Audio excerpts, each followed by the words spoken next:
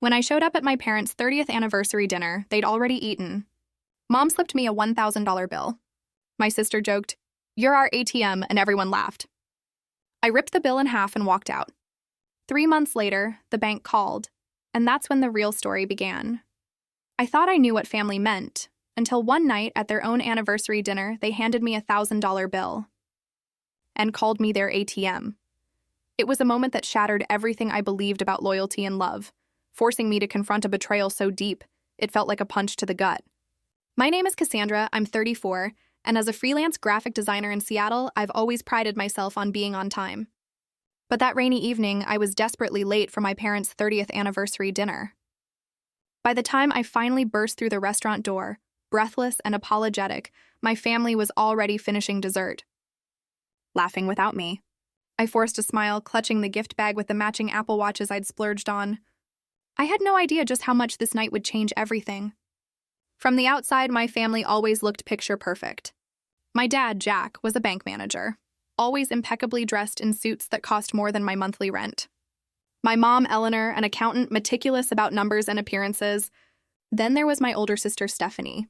She followed the golden path, prestigious law school, partnership at a downtown firm by 35, a perfect marriage to a surgeon, and 2 photogenic kids in private school. And then there was me, Cassandra, the family wildcard. I chose art school, not business or law, became a freelance graphic designer instead of climbing a corporate ladder. My income fluctuated, sometimes feast, sometimes famine, but I was building a reputation and supporting myself comfortably in my charming Capitol Hill apartment. Family dinners growing up revolved around achievement and comparison. It was always Stephanie's straight A's, her debate victories, her scholarships. My B+ in math? A disappointed sigh and the inevitable, "Why can't you be more like your sister?" My creative achievements, like winning art competitions or getting designs featured, were treated as cute hobbies. "Art is wonderful, darling," my mom would say, patting my hand, "but you need something stable to fall back on." Everything changed 3 years ago when I hit an unexpected stroke of luck. I'd bought a lottery ticket on a whim, something I rarely did. To my absolute shock, I won $200,000. Not enough to retire, but enough to clear my student loans, build a solid emergency fund, and invest in better equipment for my business. I'd planned to keep it private, but during a family dinner, shortly after collecting my winnings, I made the mistake of mentioning it when my parents asked why I seemed less stressed. The dynamic shifted instantly. Suddenly, I wasn't the family disappointment. I was a potential resource. It started small. My dad needed a new car. "Just a small loan," he said. "I'll pay you back when my year-end bonus comes." $7,000 later, the bonus came and went. No mention of repayment. When I gently brought it up, he looked wounded. "We paid for your college, Cassandra. Family helps family." Then came my sister's request. My niece Emma wanted to attend a prestigious summer camp. $4,000 that Stephanie and her surgeon husband somehow couldn't spare from their vacation fund. "It would mean so much to her," Stephanie cooed. "And it's not like you have kids to spend on." My mom needed a kitchen renovation. My brother-in-law needed investors. My nephew needed a new computer. With each request, the amount grew larger, and the pretense of repayment vanished entirely. Any hesitation on my part was met with guilt trips about family loyalty, or reminders of how lucky I had gotten while they worked hard. The most painful part wasn't the money itself. It was how clearly conditional their affection had become. Before the lottery win, I got obligatory birthday calls and occasional invites. Afterward, suddenly I was included in weekly dinners, group texts, and family vacations I was subtly expected to subsidize. Yet despite opening my wallet repeatedly, I never felt truly welcomed or valued. Comments like, "Well, it's not like you have a family to support," or "At least your money is going to good use through us," were common. When I landed a major contract with a tech company, a huge professional milestone, my accomplishment was overshadowed by my nephew's soccer trophy at the same family dinner. Despite all this, I still craved their approval and acceptance. So, when my parents' 30th anniversary approached, I saw it as an opportunity to reconnect. I spent weeks researching the perfect gift, settling on matching Apple Watches I knew they'd love but never buy themselves. I wrapped them beautifully, wrote heartfelt cards, and practiced a toast. I was determined to be early to the celebration at Canlis, one of Seattle's most exclusive restaurants. I even bought a new, sophisticated navy blue dress that cost more than I usually spent. I felt confident, hopeful this milestone might mark a new chapter. As I left my apartment, I was genuinely excited. Despite our complicated history, they were still my family, and I loved them. What should have been a 20-minute drive turned into a nightmare commute. Seattle's notorious traffic, exacerbated by a sudden downpour, reduced visibility to mere feet. Come on, I muttered, anxiety mounting. I was already 15 minutes late when I hit the real problem. A 3-car pileup that completely stopped traffic. Police lights flashed. Drivers turned off their engines. I immediately tried calling my mom, then my dad, then Stephanie, straight to voicemail. I texted the family group chat, stuck in traffic due to accident. We'll be late but on my way. The messages showed as delivered but remained unread. By the time I finally arrived, I was nearly an hour late. The Metro D gave me a sympathetic smile. The Williams party? They're in our lakeside private room. They've already been served the main course. My heart sank. As I entered the private dining room, the scene felt like walking into a party I hadn't been invited to. Everyone was there. My parents at the head of the table, Stephanie and her husband Daniel, my niece and nephew, even my aunt and uncle. 8 places had been set, one presumably for me. But no one had waited. They were all laughing, forks clinking against plates of nearly finished dessert. My father was pouring more wine. No one noticed me for several long seconds. It was my nephew who spotted me first. "Oh, Aunt Cassie is here," he said without much enthusiasm, barely looking up from his chocolate cake. Heads turned. My mother's expression shifted from laughter to a cool acknowledgement. "Well, look who finally decided to join us. We thought you might not come at all." "No, glad you made it. No, we were worried." Just a subtle accusation that cut deeper than any outright criticism. "There was an accident on Aurora," I explained, still standing awkwardly with my gift bag. "I tried calling everyone." "We were enjoying ourselves," my sister said with a shrug. "Phones away during family dinner. Remember Dad's rule?" A rule I knew that only applied when convenient.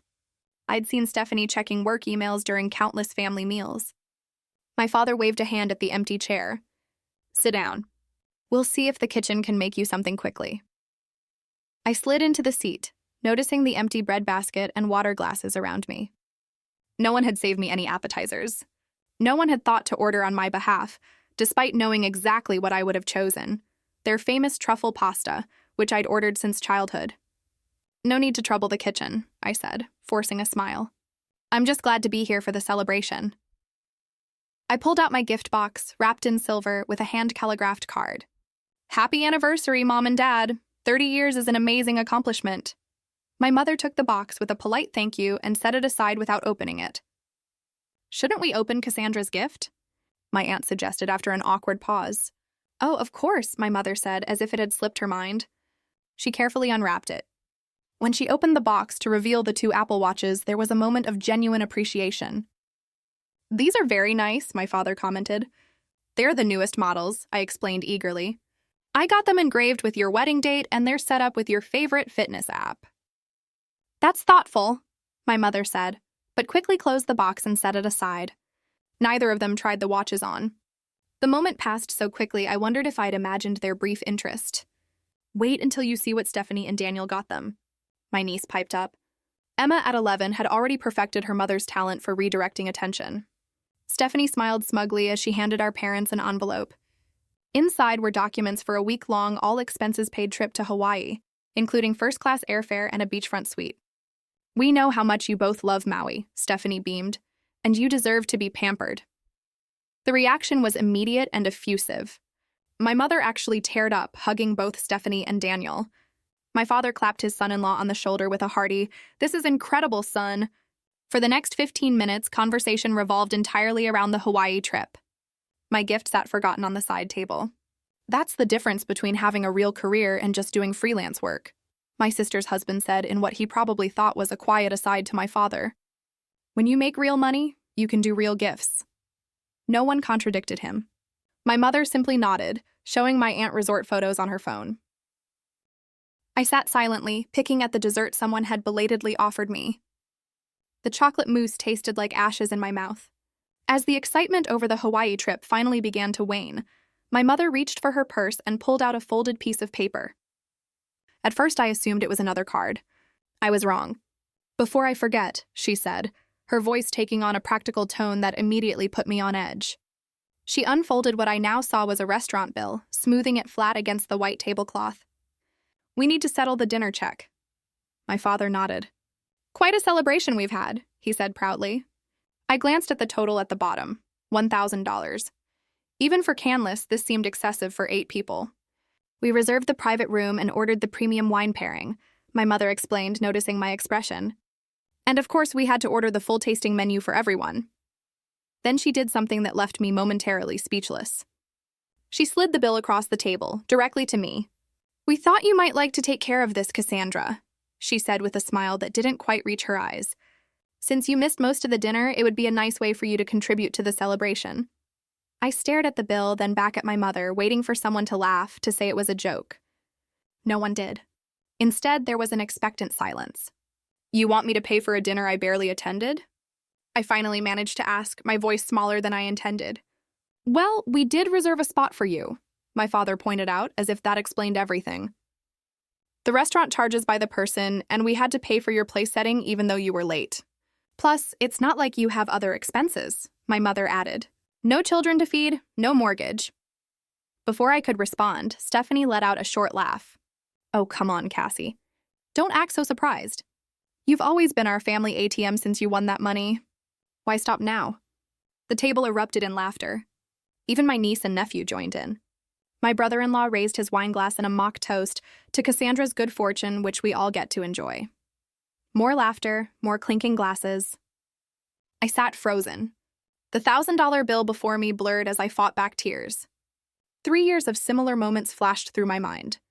The loans never repaid, the gifts I was expected to provide, the vacations I had subsidized. Each request had been dressed up as a special circumstance, a one-time need, a family obligation. But Stephanie's casual comment had stripped away the pretense, revealing the brutal truth.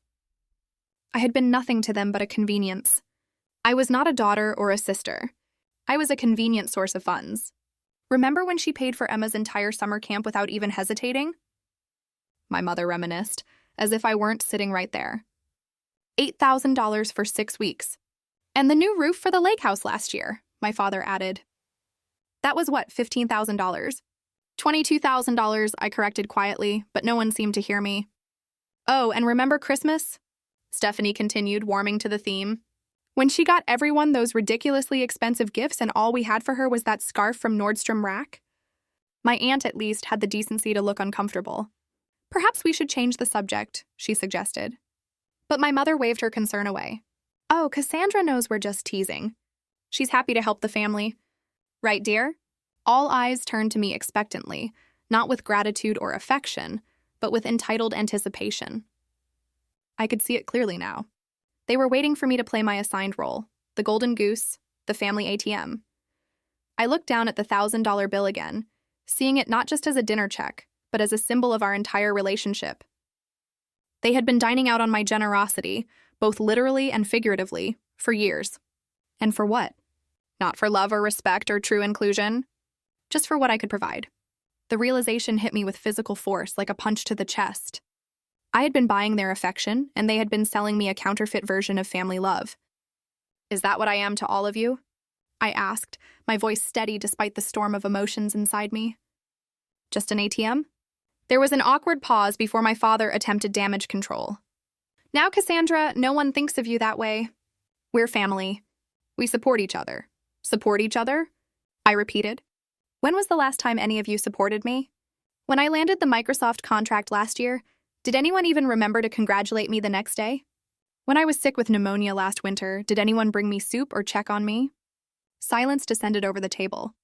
My mother fidgeted with her napkin. My sister suddenly became very interested in her wine glass. "I thought so," I said softly. "It only goes one way, doesn't it?" My brother-in-law cleared his throat. "Look, if you're having money problems, just say so. No need to make a scene." That comment, with its complete misunderstanding of my point, was the final straw. I wasn't angry about the money itself. I was heartbroken about what it represented. A family that valued me only for what I could give them, not for who I was. The silence that followed his tone-deaf remarks stretched for what felt like minutes. I could feel everyone's eyes on me, waiting to see how I would respond. Would I back down as I always had? Would I write the check with a forced smile to keep the peace?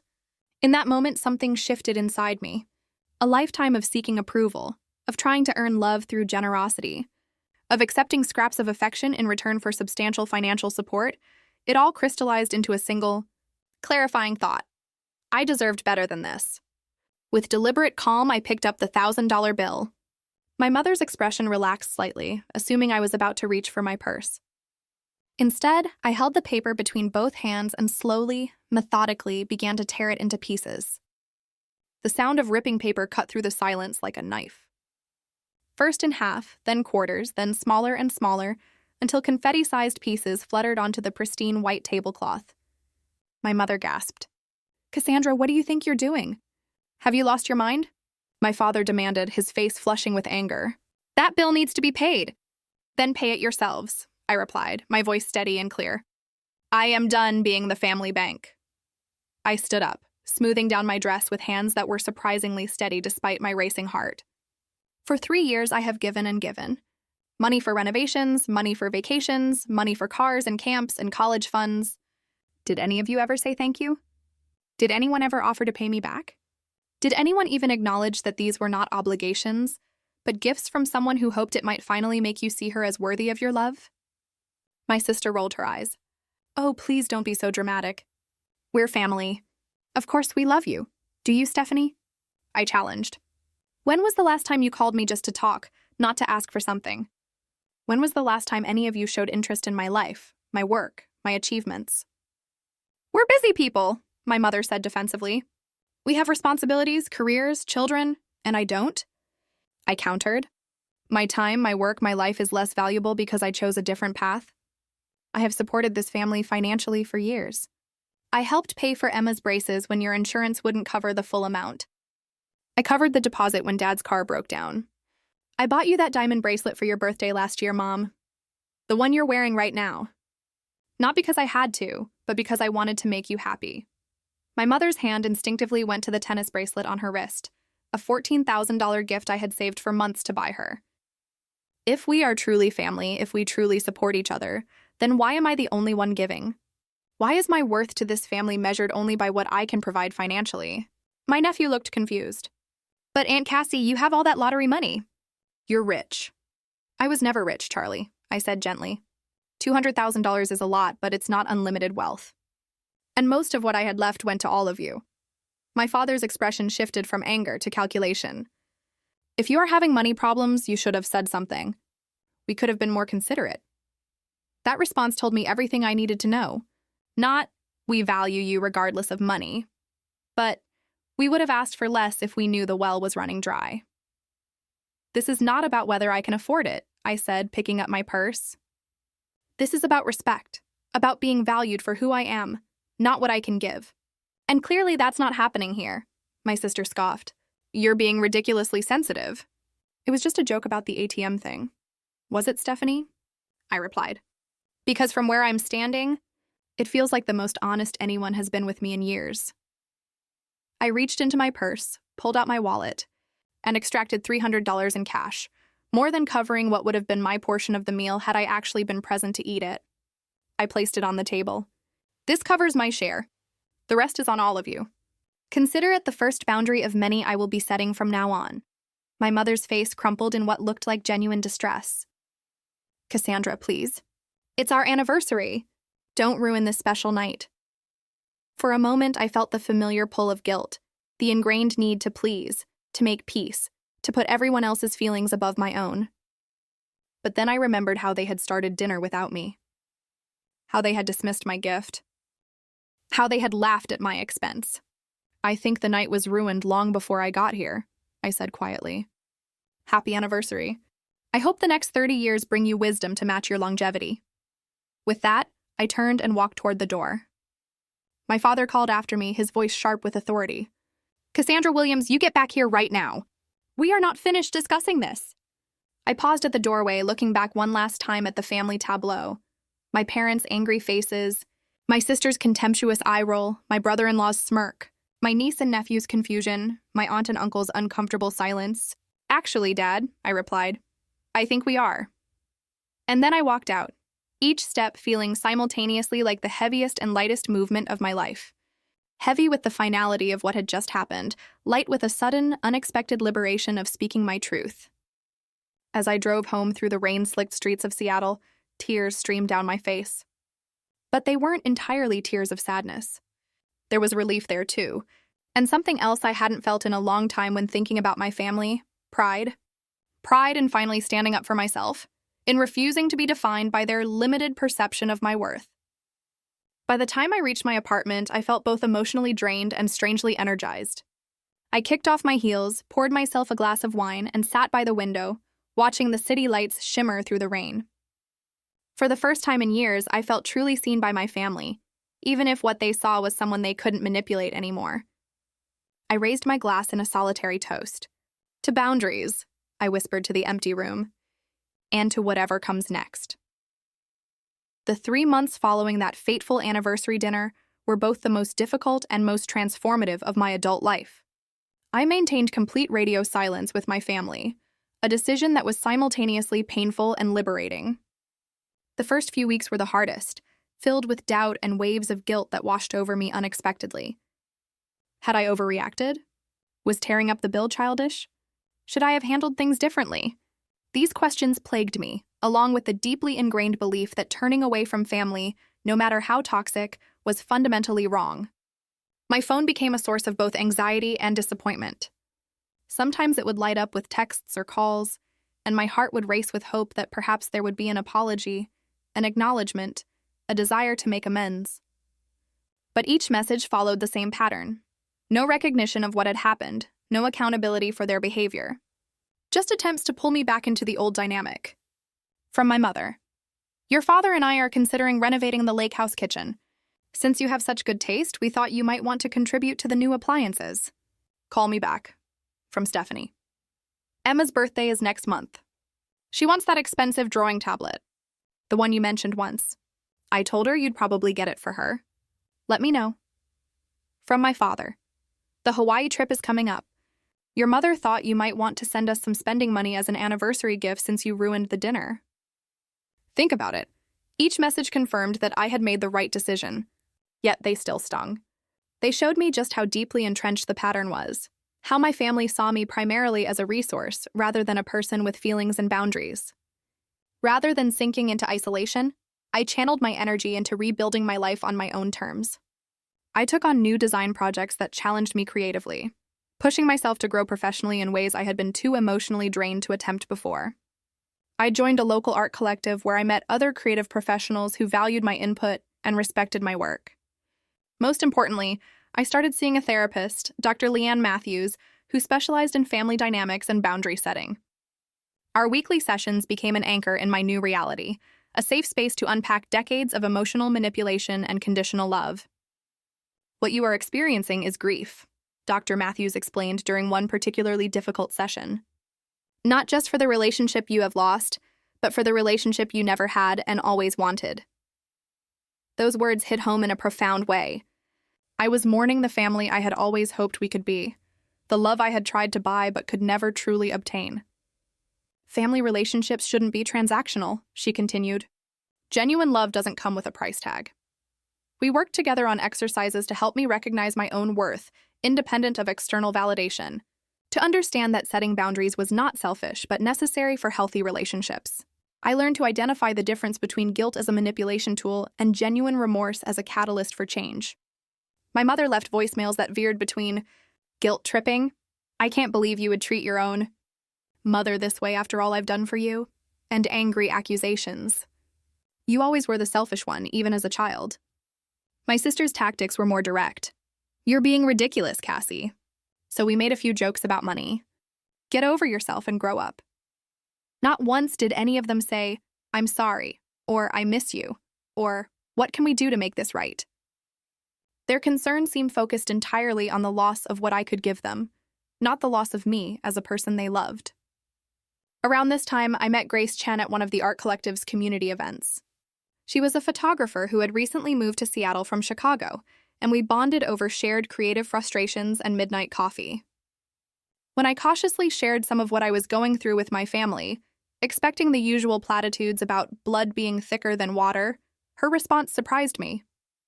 "My parents tried to control me through money for years," she said matter-of-factly. "They paid for my college on the condition that I studied business instead of photography. When I finally changed my major in junior year, they cut me off completely. No warning, no discussion, just financial abandonment." "What did you do?" I asked, amazed by her calm recounting of something so painful. "I got 3 jobs, took out loans, and finished my degree. It was the hardest thing I've ever done, but also the most important. It taught me that their money was never support. It was control." Grace became a crucial part of my support system. Someone who understood firsthand the complicated intersection of family and finances. Unlike well-meaning friends who would insist, "But they're your family." As if that excused all behavior, Grace recognized the difference between healthy family bonds and emotional manipulation. "The question is not whether you should forgive them," she told me during one of our long conversations. "The question is, what would that forgiveness look like? Does it mean going back to the way things were, or creating something new with clear boundaries?" Her perspective helped me see my situation with greater clarity. I didn't have to choose between cutting my family off forever or returning to being their financial safety net. There was potential for a middle path, but it would require them to recognize the problem and be willing to change. As the weeks passed, I found myself growing stronger and more centered. The guilt that had initially consumed me began to recede, replaced by a quiet confidence in my decision. I started sleeping better, waking without the immediate weight of family obligation pressing on my chest. I rediscovered old passions I had abandoned, took a ceramics class, went hiking with new friends, and even started dating again. My life was becoming my own in a way it never had been before, shaped by my choices rather than by the expectations and demands of others. There was loneliness sometimes, particularly during holidays, or when I would see families laughing together in restaurants or parks. But it was a clean loneliness, uncomplicated by manipulation or conditional acceptance. By the 3rd month of my self-imposed family exile, the constant barrage of calls and texts had slowed to a trickle. Perhaps they had finally accepted that I was serious. Or perhaps they had simply found other sources of financial support. Whatever the reason, I was grateful for the respite, for the chance to continue healing without constant reopening of the wound. And then, on an ordinary Tuesday morning, as I sat at my desk working on a brand design for a new client, my phone rang with a number I didn't recognize. Little did I know that this call would force me to confront my family situation in a way I never could have anticipated. "Is this Cassandra Williams?" The voice on the other end of the line was professional, with a note of gravity that immediately put me on alert. "Yes, this is she," I replied cautiously, saving my design work and giving the call my full attention. "This is Thomas Brennan, Senior Credit Manager at First Security Bank. I need to speak with you regarding some unusual activity on your accounts. Do you have a few minutes to discuss this matter privately?" My stomach dropped. Had I been hacked? With all the other stress in my life, financial fraud was the last thing I needed. "Yes, of course," I said, moving from my desk to the living room sofa for more comfort during what I suspected would be a stressful conversation. "What kind of unusual activity are we talking about?" There was a brief pause before Mr. Brennan continued. "Miss Williams, our fraud detection system flagged an attempt to open a new credit account in your name. The application was submitted last Thursday with your social security number, date of birth, and other personal information, but certain discrepancies triggered our security protocols. I have not applied for any new credit accounts," I confirmed, my anxiety rising. "Was someone trying to steal my identity?" "That appears to be the case," he replied. "However, this situation is somewhat delicate. Our investigation indicates that the application was submitted by someone you know. The primary applicant was listed as Jack Williams with you as a co-authorized user, but the signature purporting to be yours failed our verification process." The room seemed to tilt sideways as the implication of his words sank in. "Jack Williams? That's my father." "Yes," Mr. Brennan confirmed, his tone softening slightly.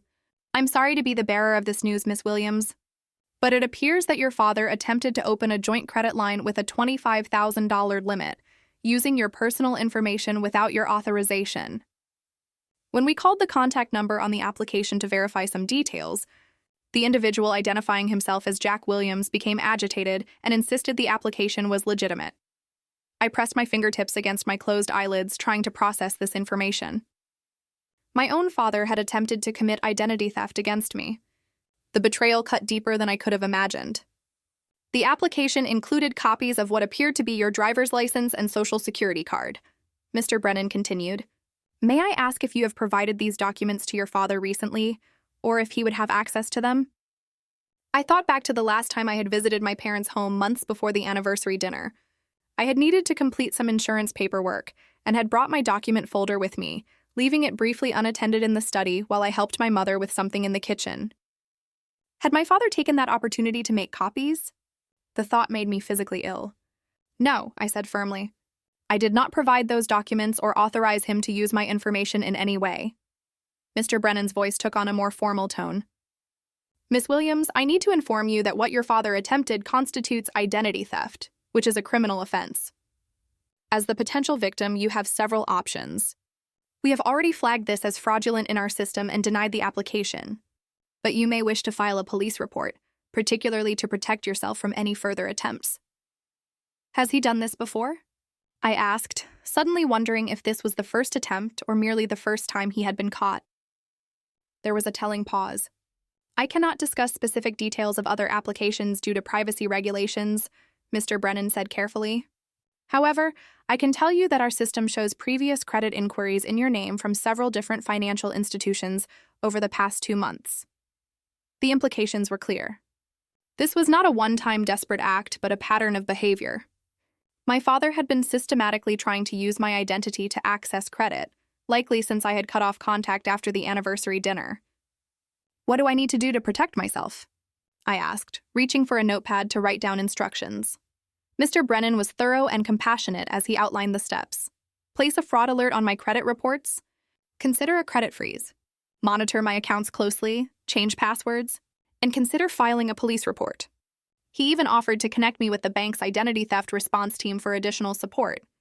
As we neared the end of the conversation, he hesitated before adding, "Miss Williams, I hope you don't mind me saying this, but we see these situations more often than people realize when they involve family members. They can be particularly complicated emotionally. Please don't hesitate to reach out if you need any assistance navigating this process." After thanking him and ending the call, I sat motionless on my sofa. The notepad of security steps clutched in my hand. The afternoon sun streamed through my windows, casting everything in a golden light that felt at odds with the darkness of what I had just learned. My own father had not just tried to take advantage of my generosity. He had crossed the line into criminal behavior. Had he always seen me this way, as a resource to be exploited? Was there ever genuine love there? Or had it always been conditional? I thought about the potential consequences of filing a police report. My father could face criminal charges. It could tear what remained of my family apart. Yet, not filing a report left me vulnerable to future attempts and sent the message that his behavior was somehow acceptable. The hardest part was acknowledging that this wasn't a momentary lapse in judgment on my father's part. The multiple credit inquiries Mr. Brennan had alluded to suggested a calculated, ongoing effort. This realization transformed my pain into something sharper, more defined. This wasn't just about money anymore. It was about a fundamental breach of trust from someone who should have protected me. I picked up my phone again, not to call the police, but to call Dr. Matthews. I needed guidance before making such a significant decision. As the phone rang, I looked at the collection of family photos I still had displayed on my bookshelf. Holidays, graduations, vacations, moments that I had treasured as evidence of family bonds that now seemed as fraudulent as my father's credit application. Whatever decision I made next would irrevocably change those relationships. There would be no going back to pretending everything was normal. No sweeping this under the rug with an awkward apology at Thanksgiving dinner. The thought was both terrifying and strangely freeing. My therapist answered on the third ring. "Dr. Matthews speaking." "It's Cassandra," I said, my voice steadier than I expected. "Something has happened with my father, and I need to talk through my options." As I began to explain the situation, I realized I was entering yet another phase of this painful journey with my family. But for the first time, I was approaching it with clear eyes, free from the fog of guilt and obligation that had clouded my judgment for so long. After lengthy discussions with Dr. Matthews and careful consideration of all my options, I made a decision that honored both my need for self-protection and my complicated feelings about my family. I would not file criminal charges against my father, but I would take every other possible measure to protect myself and establish unbreakable boundaries. I started by putting a complete freeze on my credit at all 3 major bureaus, making it impossible for anyone, including my father, to open new accounts in my name. I changed all my passwords, set up fraud alerts, and even went so far as to have my mail delivered to a private post office box rather than my apartment. Then came the hardest part, confronting my family with what I knew. Rather than calling or meeting in person, which would have given them the opportunity to manipulate the narrative through tears or accusations, I wrote a detailed email and sent it to my parents, my sister and my aunt and uncle, laying out exactly what had happened. I have recently discovered that Dad attempted to commit identity theft by opening credit accounts in my name without my knowledge or consent, I wrote. This is not only a profound betrayal of trust, but also a criminal act. While I have chosen not to press charges out of consideration for our family, I want everyone to understand that this crosses a line that cannot be uncrossed. I am implementing complete financial protection measures and will have no further contact with anyone who minimizes, excuses, or enables this behavior. The responses came quickly and followed predictable patterns. My father sent no reply at all. My sister responded with defensive anger, accusing me of exaggerating and attempting to destroy the family over a simple misunderstanding. My aunt expressed shock and sympathy, but urged reconciliation for the sake of family harmony. My mother's response, however, was unexpected. 3 days after my email, she called. I nearly didn't answer, but something told me to take the call. Cassandra? Her voice sounded smaller than I remembered, lacking its usual authoritative tone. Can we meet?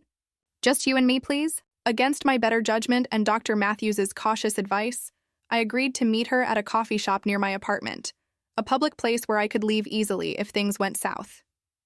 I arrived early, chose a table with a clear path to the exit, and ordered a latte that I was too nervous to drink.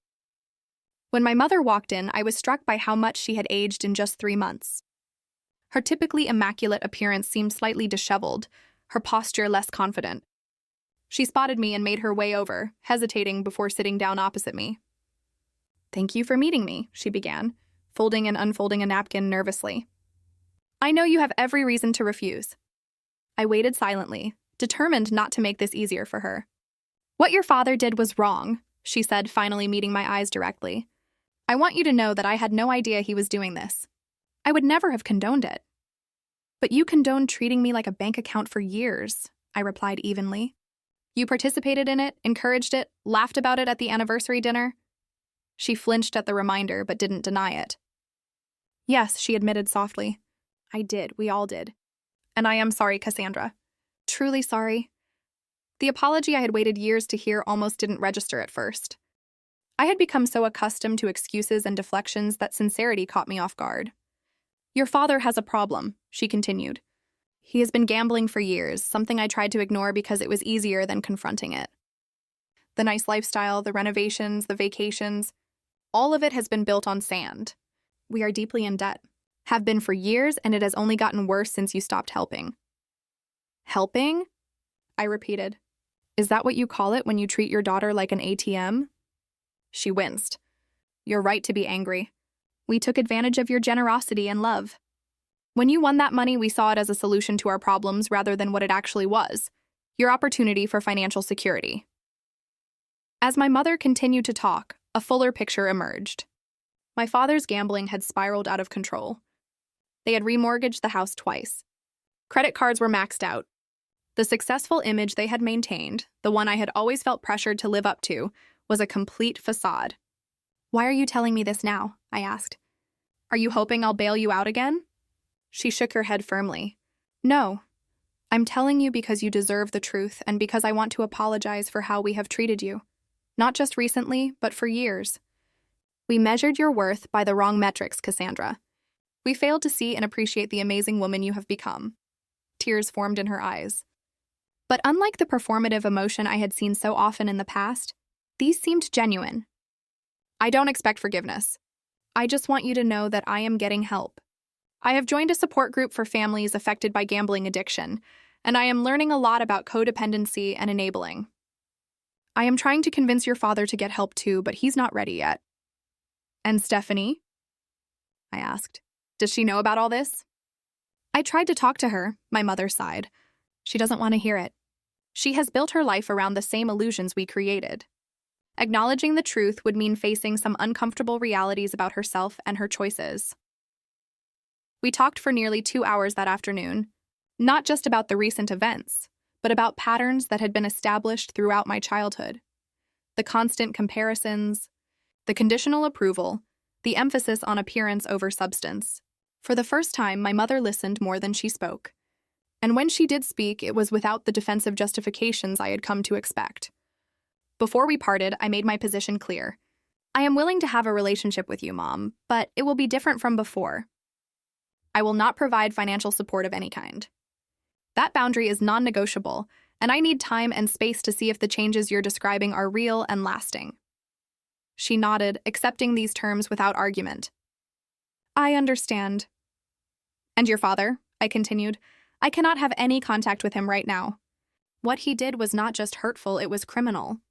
He violated my trust in a fundamental way. Maybe someday, if he gets help and makes amends, that might change, but not now. The months that followed were a gradual process of rebuilding on new foundations. I maintained my boundaries firmly, but allowed my mother limited contact through weekly phone calls. I helped her find resources for financial counseling and support groups, but made it clear that I would not be contributing to their financial recovery. That was a journey they needed to make on their own. My sister eventually reached out after our mother's intervention, though her version of an apology left much to be desired. I still think you overreacted, she said. But maybe we were a bit thoughtless about the money stuff. It was a start, if a small one. A year after the anniversary dinner that had changed everything, I found myself in a different place, both literally and figuratively. I had moved to a new apartment in a different neighborhood, expanded my design business to include more fulfilling creative projects, and built a circle of friends who valued me for who I was, not what I could provide. My relationship with my family remained complicated. My father eventually entered treatment for his gambling addiction, and while I maintained my distance, I didn't stand in the way of his recovery. My mother and I established a more honest relationship, though the closeness we had once shared remained elusive. Stephanie and I settled into a cordial but distant dynamic, connecting mainly through occasional texts and obligatory holiday wishes. The most profound change, however, was within myself. I had learned to value my own worth independent of others' validation. I had discovered that setting boundaries was not an act of cruelty, but an act of self-respect. I had found that family could be defined by choice and quality of connection, rather than merely by blood. On the anniversary of that fateful dinner, I took myself out to a nice restaurant, sat at a table for one, and ordered exactly what I wanted. As I raised a glass of champagne in a solitary toast, I reflected on the painful but necessary journey of the past year, and the wisdom it had brought me. True love, I had learned, never comes with a price tag. It cannot be bought or sold. It exists in the respect we show for each other's autonomy, in the support we offer without expectation of return, in the joy we take in each other's authentic self-expression. Money may buy influence, compliance, or the appearance of affection, but it cannot purchase genuine love or respect. I had also discovered that sometimes the healthiest love we can offer both to ourselves and others is the courage to say no to harmful patterns. Setting boundaries is not about punishment, but about creating space for healthier relationships to potentially grow. And perhaps most importantly, I had learned that my value was inherent, not earned through achievement or financial provision or conformity to others' expectations. I was enough just as I was. As I finished my meal, I thought about how I would end this chapter of my story. Not with bitterness over what had been lost, but with gratitude for what had been gained. Self-knowledge, authentic connections, and the freedom to write the next chapters on my own terms.